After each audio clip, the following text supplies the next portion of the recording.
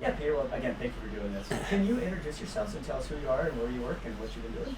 My name is Peter Wyman. I'm a professor in the Department of Psychiatry at the University of Rochester School of Medicine.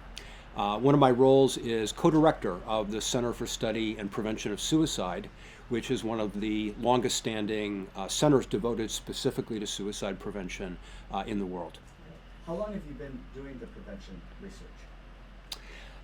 Yeah, how long have I been involved in prevention research? Goes back over almost 3 decades. I started work in early childhood prevention. I studied with a mentor in graduate school who was one of the founding really individuals in the field of primary prevention and really applying psychology and principles to the prevention of mental health and public health problems. Would it also be safe to say that as you've been studying suicide prevention, you've just kind of found really best practices for prevention in general? I think we're learning that good suicide prevention shares a lot in common with sound strategies and practices for prevention in general. And the importance of engaging community, the importance of having interventions that are really tailored to the culture, to the practices of communities, and using strategies that really engage people and motivate, particularly to incorporate new skills and practices into their everyday lives. You use the term protective factors. Can you just give us just a definition of it or examples of what are protective factors? We can think about those as being relationships, being individual skills, being social conditions that really enhance that adaptive capacity so that someone experiencing a particular life stressor or a challenge is more likely to be resilient, more likely to be successful in coping through that challenge, and less likely to have thoughts or behaviors that place that person at risk of suicide. Our work has shown that there are two major protective factors that are really embedded in the natural networks that all of us are a part of. And one of those is the strong, having strong bonds and healthy connections within those networks. Those bonds give us a sense of belonging. They meet core relational needs that we have, and we know that people who are isolated, who are lacking those strong connections, are more likely to have thoughts about suicide and be at risk for suicide. And a second protective function is really the kind of unspoken norms and rules, in a sense, that people learn as a part of the relationship system that they're a part of. What kind of coping, what kind of everyday practices are we encouraged to take as a part of the network we're in, or what are those that are discouraged? And some discourage seeking help, or many kinds of positive coping. So I think one of the ideas that we've made some progress in is how do we create trainings that, in addition to providing individual skills, also work at building a culture of a group that are unified, so that people are more unified and share kind of common commitment to healthier behaviors and practices. We use prevention for everything, but prevention is different than an intervention, right? And so can you kind of just again describe us like how protective factors go into the prevention, and maybe interventions are geared to a little bit more like task completion, like warning signs, risk factors? So, regarding prevention, the field is really beginning to think in a different way about the prevention that's going to be needed to reduce suicide more broadly. For decades, prevention was often thought of as really beginning when someone was suicidal, and a lot of activities focused on how do we identify those people who need intervention, what are the effective kinds of treatments, follow-ups that are needed to keep people safe. And there's growing recognition that we need to be working much more upstream, that we need to be reducing vulnerability to becoming suicidal and giving people tools and really health and strengths to be able to cope effectively, adapt, and really have healthy communities that they're embedded within if we're going to really reduce suicide rates in a significant and meaningful way. The question becomes is prevention or intervention? Which one is going to get us the norm-changing behaviors? You know, if we're going to build more protective communities that are better equipped to manage stressors, the life challenges, ranging from normal ones to more, serious and consequential traumas, we really need to be thinking more broadly about building protection into the fabric of community relations and the social networks that people are a part of. And interventions are typically strategies that are focused on an individual or perhaps an individual and a family that young person or that adult is embedded within. But we know that the broader community that we're a part of, the peer groups, the friends, the people we spend our working lives with, have a great deal of influence on our behavior and on whether we're engaged in a lot of healthy practices, whether we're more likely to be more at risk. So really building protection and prevention into the broader community is going to require strategies that are really training and engaging communities as a whole, bringing together groups, and what I think of as really creating natural networks that are unified and have those protective strengths built within. That comes from shared experience. It comes from, often really going through something together. People feel a greater sense of belonging to something when they've contributed and when they've received. And providing training experiences and opportunities for those kind of real world experiences is really a critical part of I think how we can do that effectively. So let's jump ahead to Wingman Connect. And so we just skipped about 7 years there. And so what is the Wingman Connect project? Wingman Connect is a preventive intervention that our team developed collaboratively with the United States Air Force. And it's an intervention that builds cohesive, more connected, natural organizational units that are unified more together around healthy coping practices. And in doing those protective kind of activities, Wingman Connect reduces vulnerability to depression, suicidal behavior, and reduces vulnerability to work-related problems. How is that different than other programs that were being implemented? For many decades, suicide prevention in the military has focused primarily on warning signs and on treatment services. And while both of those are critically important, we need to continue, we need to improve those, the Air Force and other leaders are well aware that they need to be building protection earlier. And so Women Connect is a strategy that utilizes that foundational part of military life, which is that natural unit that members are embedded within. And it focuses on both providing individual skills, but also building those skills into the fabric of the group unit. And what we think of as researchers, we think of this idea of norms. Maybe that's not a term that we use in everyday life, but norms are really those unspoken kind of rules and guidelines that are very influential to a lot of the choices that people make. Back in 2010, we meet for the first time, and it was one of those conversations we got to know each other.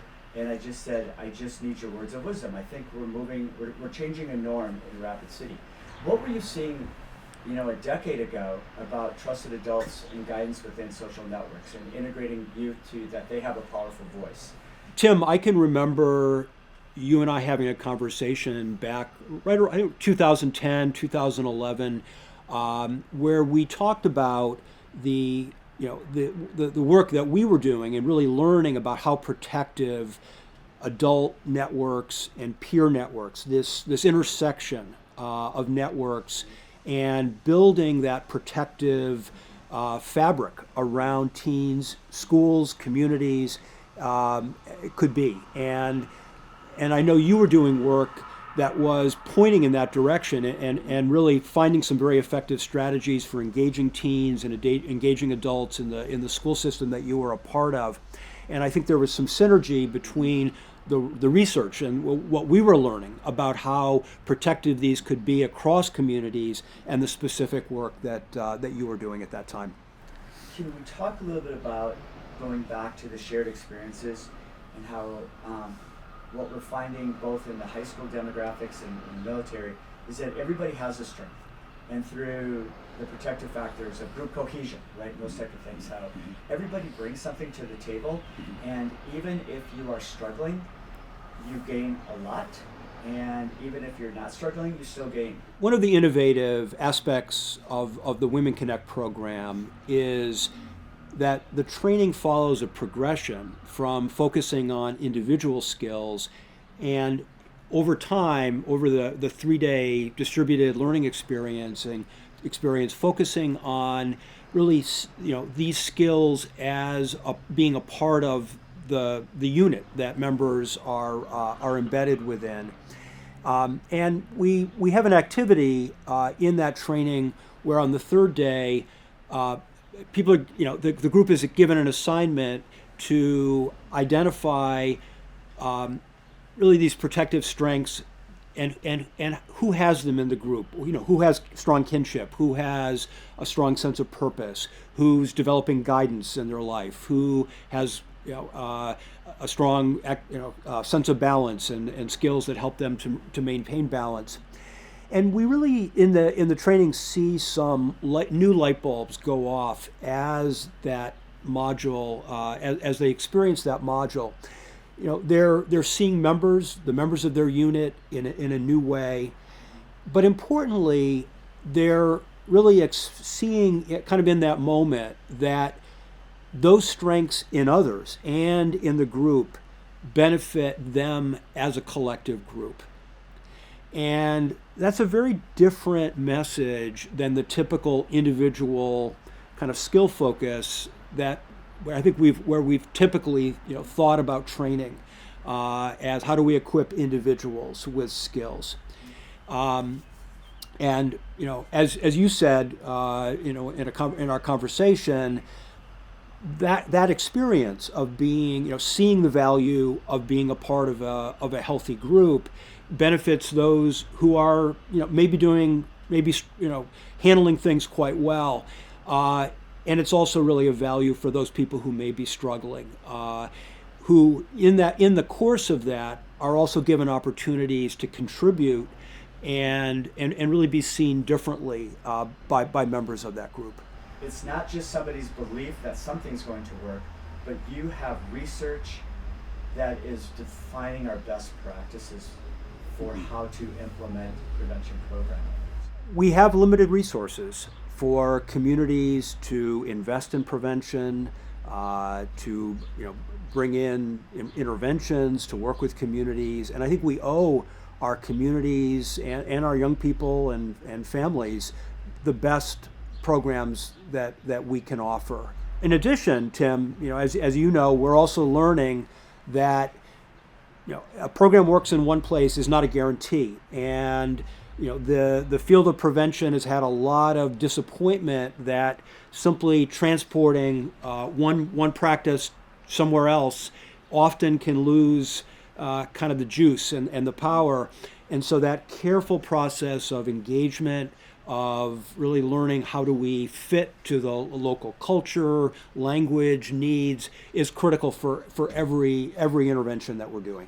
The training environments that we've been talking about really focus on the human element, the relationships. Would that be true? Some of our work has shown that providing that kind of group, shared experience can be particularly beneficial to those people that are more at risk of being more isolated, maybe pruned from a group, or they may be already struggling, or they may have some specific challenge or life experience. And so this kind of facilitated group interaction can be particularly beneficial for someone at risk of becoming more isolated, by giving them and others in the group really an opportunity to see people in a new way, incorporate them into a more cohesive and unified group. So it sounds like in this training environment that people are really getting a chance to practice their new skills.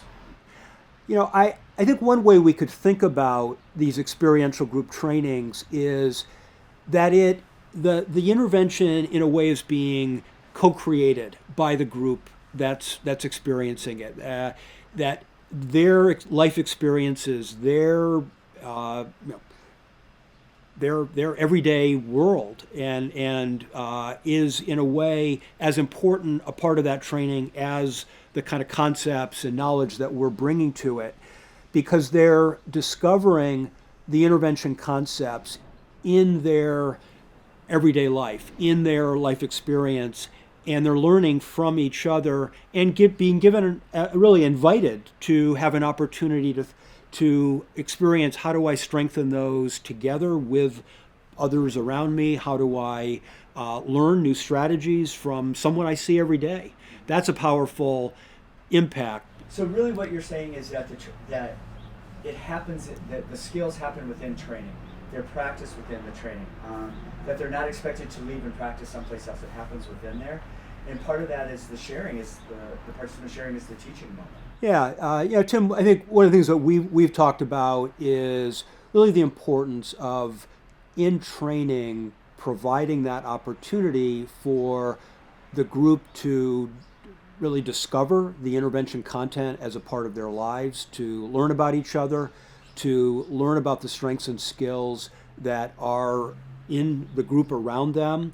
And with that, that really provides then the more of the groundwork for people and a community to really be able to take those skills and strengths and carry them forward into their daily lives. Right, and participant sharing is part of the integral piece of the teaching, correct? Yeah, I mean, my experience suggests that often this kind of group interactive training is most successful when the primary really learning method is members are sharing that life experience of their own with each other and really teaching each other.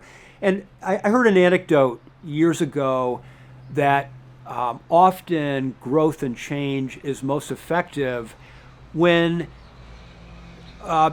people feel that's just something natural. That wasn't that a particular experience or an expert that gave me that. It was really something that was a part of me, or I got within my community.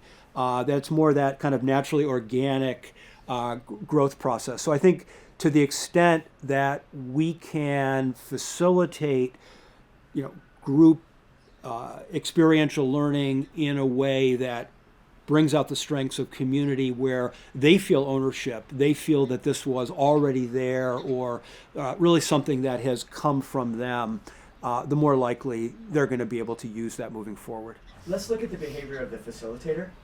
And it's what we found out is that when the facilitator talks less and the participants share more, we really have better results of long-term sustainable change or positive change for those participants.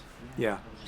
So what are some of the characteristics of a strong facilitator? I think there's a few. I think having a respect and a knowledge of the group, having a humility to take a second seat to the group and really allow them to shine through.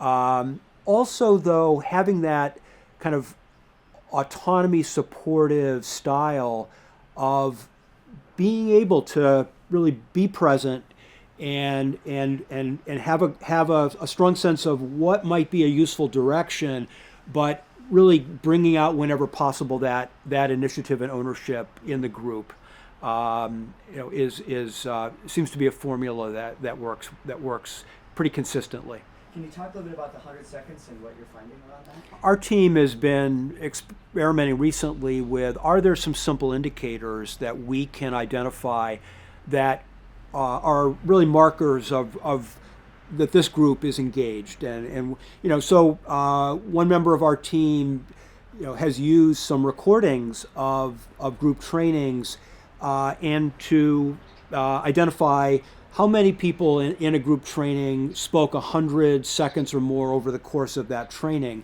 and found that those individuals who met that mark were more likely to see the training as beneficial. They're more likely to use the skills a month later. So these are things that there may be some ways that we can also give trainers some guidelines of, how do I know it's happening? How do I know I'm creating this group experience where there's engagement, where this group is taking ownership? And it's not just a few active people, it's really the group and more broadly, because again, those who are maybe more at risk of being more isolated, this kind of interactive training is an opportunity for them to form some new connections. So the concept of drift and pruning. Yeah. Or, I use pruning, you use drift. Yeah. So Tim, you have been using the concept of pruning as a way to really think about that experience of being disconnected. And I think it's an apt one. We are learning that social disconnection can both lead to a crisis of adaptation and potentially risk for suicide. And those who are already at risk of suicide are more likely to be on a trajectory of being more isolated. And so that's, I think, a really helps point us in the importance of a group training that includes both individuals who may be exemplars of a strong adaptation within their community, and also members that are more at risk of isolation or more disconnected, because this kind of group experiential training can give people the opportunity to see strengths that they may have been unaware of. And in our Wingman Connect, we found that the impact of the training in increasing strong bonds, the experience of connection to the group was greatest for those people who started out with the fewest connections, because they were tending to become more isolated if their natural unit did not have the experience of this group Women Connect training. Awesome. So diminishing the impact, or maybe even the possibility of being pruned, really comes back again to that group dynamics. Fair to say? How can we address this problem of social isolation and pruning? And it really suggests that the community and the broader social network and group and relationship system really should be an important part of our intervention strategy, because people don't form relationships in one direction. These are really a part of a social system, and we've been surprised at how receptive people are to the idea that their own goals, their own what's important to them is more likely to be maximized when they're a part of a group that has many strengths, when they're a part of a group that's more unified and shares that collective strength. We live in many ways a very individualistic society and culture that really values the go it alone. And yet I think there is also a real strong recognition that people have and see for being part of a group that they feel they're giving to and that they're also can receive from. Can you talk about what you found out that multiple exposures of this training and that increase of persuasion really just helps in the dynamics of carrying this forward? Tim, you and I have talked about why is it important to have multiple exposures to a group training experience or distributed learning. And our work has shown that those individuals who may be the most skeptical and really uncertain about whether this is something they want to be a part of or participate in are often going to need to experience and see that a leader of a program or their community that's hosting a program, that they're serious and committed to this and are really going to stand side by side that person multiple times and not give up. People have experienced flash in the pan trainings or single things that may not have had any impact or people may have given up on. So there's sometimes that cynicism is well earned and well deserved. And I think by showing up multiple times, by facilitating a multiple experience training, we're in a way showing our commitment to a group and community. And that that they can take and really believe and take more seriously that the commitment is on both sides. Well, again, thank you for being such a wonderful colleague and mentor and guide and friend and everything over the years. It's just been great. This has been a great 12-year relationship. And yeah, look for 12 more. I don't know if you're going to be around for 12, and I don't know if I'm going to be around for 12 more, but we'll see. What you might never quit working. I think you're just going to stay in the game. Not planning to anytime soon. Right. Hey guys, good meeting you. Yeah, thanks for it's it's fun.